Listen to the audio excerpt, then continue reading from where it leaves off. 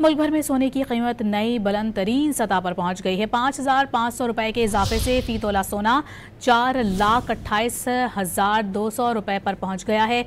10 ग्राम सोने की कीमत 4,715 रुपए इजाफे से 3,67,112 हो गई है। आलमी मार्केट में $55 के इजाफे से फी ऑन सोना 4,071 डॉलर पर पहुंच गया है। 147 रुपए के इजाफे से फी तोला चांदी 5,247 रुपए पर पहुंच गई है। 10 ग्राम चांदी का रेट 126 रुपए के इजाफे से 4,498 रुपए पर पहुंच गया है। आलमी मार्केट में फी ऑन्स चांदी 51.7 डॉलर पर पहुंच गई है।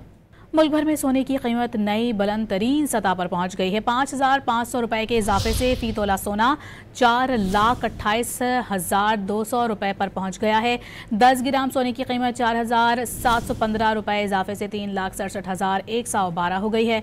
आलमी मार्केट में $55 के इजाफे से फी ऑन सोना 4,071 डॉलर पर पहुंच गया है। 147 रुपए के इजाफे से फी तोला चांदी 5,247 रुपए पर पहुंच गई है। 10 ग्राम चांदी का रेट 126 रुपए के इजाफे से 4,498 रुपए पर पहुंच गया है।